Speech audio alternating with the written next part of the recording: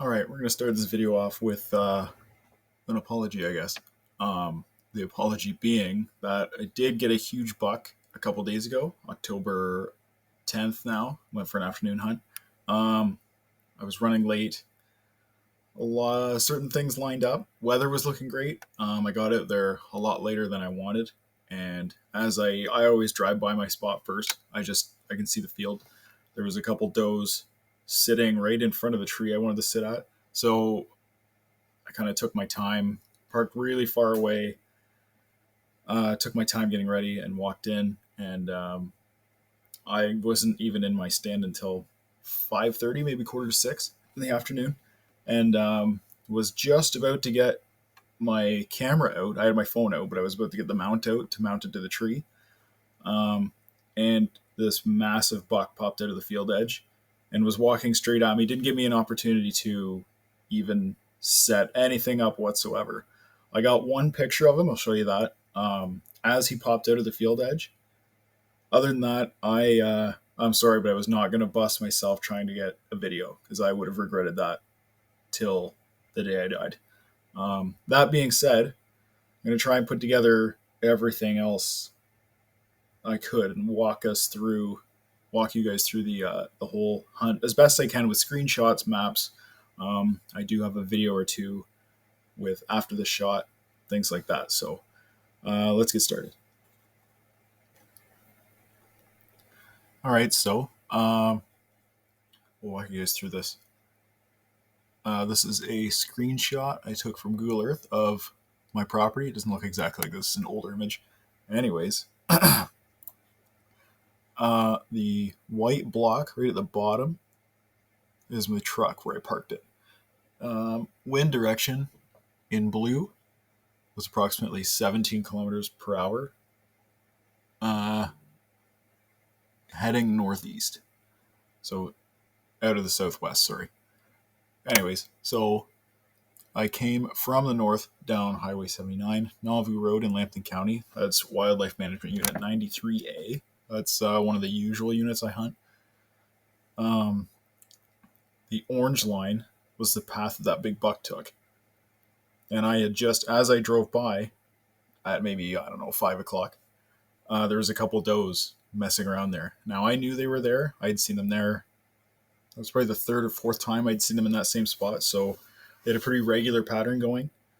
I had an antlerless tag on me, so if one of them walked in front, okay, I probably would have got one of them. Kind of short on meat in the freezer at the moment, at the time.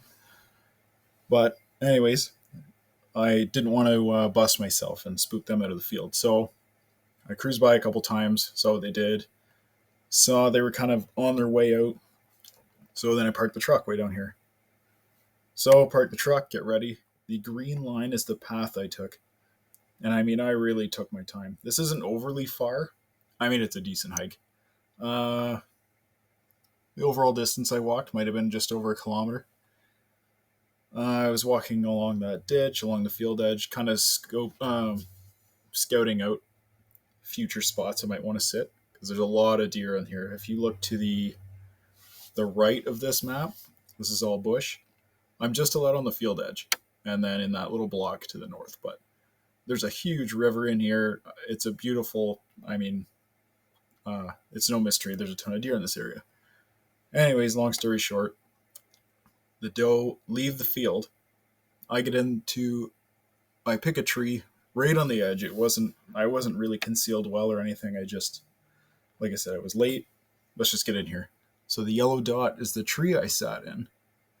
And that big buck popped out.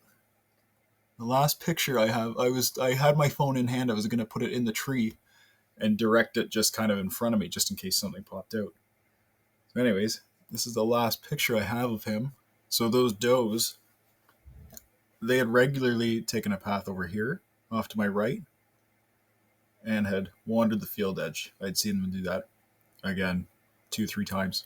And he popped out right there. I was not expecting this buck at all.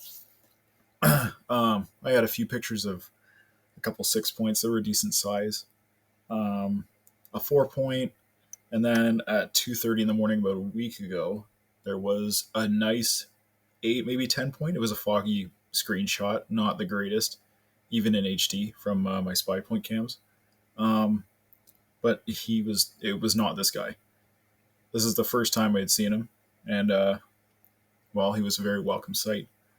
And yeah, he popped out. You can see he's actually looking this direction.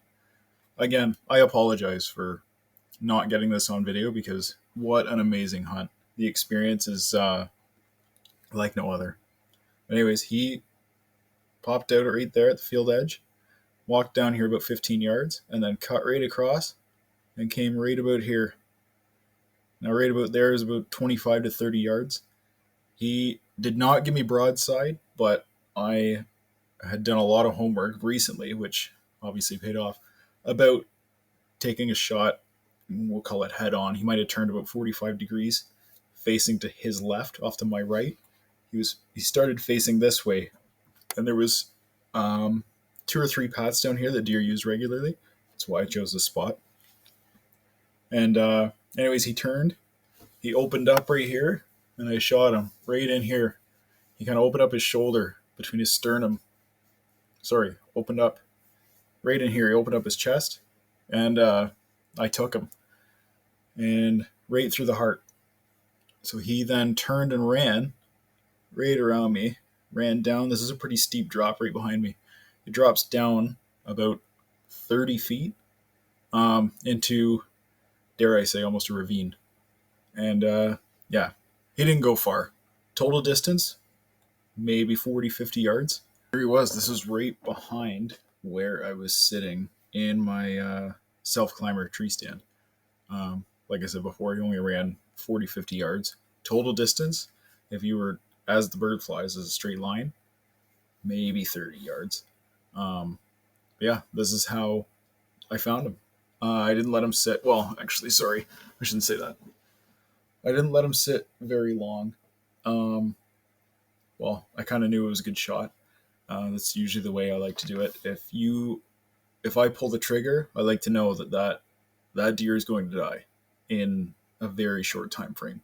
It's just more humane, clean harvest, all the above. So, anyways, I got out of the tree, kind of got some of my stuff packed up, and I looked just in the general direction of where I last saw him run. I didn't actually hear a crash. The reason for that being is that if you can kind of see here, this is a dried up creek. Now, I mean, it's still pretty moist, but there's no actual sitting water. So there was no, when a deer dies, they'll usually flail and freak out and cause all kinds of noise, and you can usually hear it from pretty far away. So it's called a crash. He's crashing. That didn't happen here because there was no big branches or anything dried up to make that kind of noise. So, anyways, I got out of my tree, looked behind me, and I could just see him laying there. I go down, and this is how I found him. Like I said before, you're not going to see any entry or exit wounds on this side. I shot him basically on his right shoulder, between his right shoulder and his sternum. If he gave me broadside, even on the other side, it probably would have gone right through. You would see probably an exit wound here, the way he was facing. Because I was shooting an Excalibur MAG 340. Amazing bow. It's my second deer with that bow. Highly recommend. But anyways, that's why you're not seeing any entry or exit wounds on this side. And here's just a shot of him kind of from the front, still laying down. I hadn't even touched him yet. Again, beautiful, beautiful animal. The white around his eyes is really just exceptional. He's just gorgeous, gorgeous deer. Got these little crab claws at the end. So yeah, officially 10-point buck. He's probably 5 or 6 years old. The only thing, and I mean the only thing I would change in this deer is I wish that these points right here in the middle were a little bit bigger. They could have been a little bit bigger, but those are probably just kind of the only poor genetic on this deer filtering through. But even still, regardless of that, amazing, amazing buck. His hanging with, so another note, he's already at a butcher near me, about a 20-minute drive.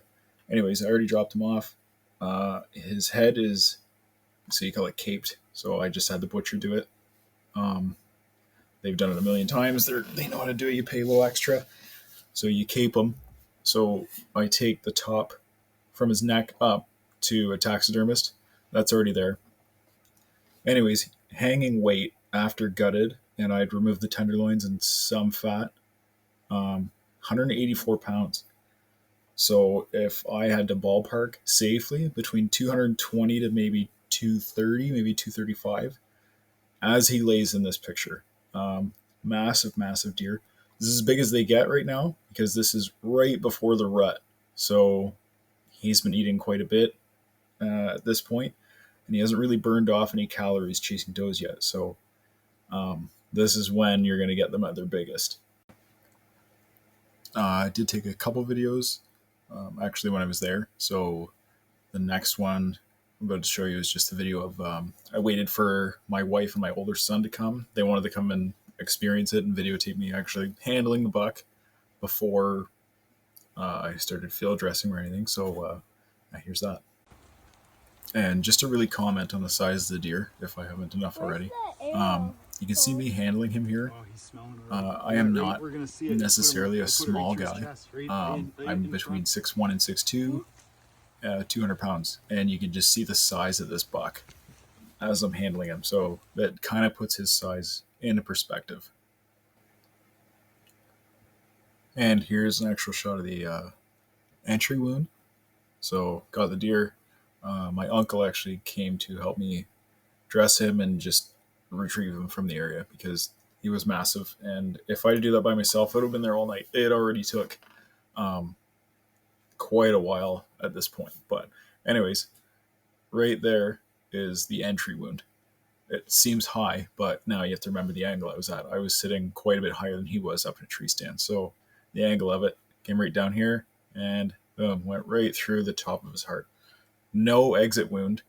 The arrow had actually stayed inside of him, although it was very close. It almost came out the other side. It was almost resting on his muscle lining in his lower abdomen. And here's a picture of the bolt after we removed it. Obviously got him. I was shooting, like I said, Excalibur MAG 340 crossbow at this point. Fixed broadhead with a red luminoc on the back. I believe those are 16-inch bolts. Yeah, I'll be keeping that one. And here's the initial, heart shot when we first extracted it from the deer in the field. As you can see right there, obviously, there's a triangle from the entry point of the fixed broadhead. So, yeah, pretty good shot. And just here's another picture of the heart. Taken home, cleaned it up just a little bit. And as you can see, a nice clean shot right through the top of the heart. That deer was not going very far. And here he is. I dropped him off at the butcher the next day, let him hang overnight. It's early season, so I really watch the weather this time of year. November during the rut, it's in my area anyway, Southern Ontario, it's pretty cold. Don't really have to worry about him heating up in the garage while he's hanging. But this early season, it's quite a concern. I don't want the meat to spoil. So he hung overnight. The next morning, I dropped him off at the butcher. And if you want to have him mounted properly, you ask him to cape him. So I asked for that. A couple hours later, went back, and this is me dropping him off at an old family friend. He does taxidermy out of his garage, just something he tinkers with. Again, commenting on the spread. That's you can see some of the stuff in the background for reference. A really, really wide rack. An official number. I don't really have it right now. It didn't really clue into me to get him scored or anything like that initially. But over the past few days, I had a buddy reach out. He was at a wedding, and obviously I sent a picture when I got the buck. And he was getting a lot of remarks on just the spread of it. So in January, I'll be able to go and actually get an official measurement on the inside spread. if I had to guess from, say, this picture or just the other pictures of me handling them, it's minimum 20 inches, maybe somewhere in the range of 20 to 26 inches. And that inside spread I'm referring to is the widest part inside here, roughly there to there. So pretty excited to get that officially checked out. All right, well, that's about it for this video. Again, apologies for the lack of actual video content of the hunt itself, the shot of the buck, because man, he was huge, as we just talked about. Moving forward, I have another tag to fill for my WMU that I plan on hunting a lot this year. Going to be going out in the next couple days. A lot better setup already. It's going to be out of a ground blind, so we'll see how that goes. That's already set up. I've got a camera out there. Deer are already getting used to it. I got better camera gear. I'm not going to get caught off guard this time, so stay tuned, and hopefully we get some actual videos and some better content of some bucks going down. All right, thanks. Till next time. Bye-bye.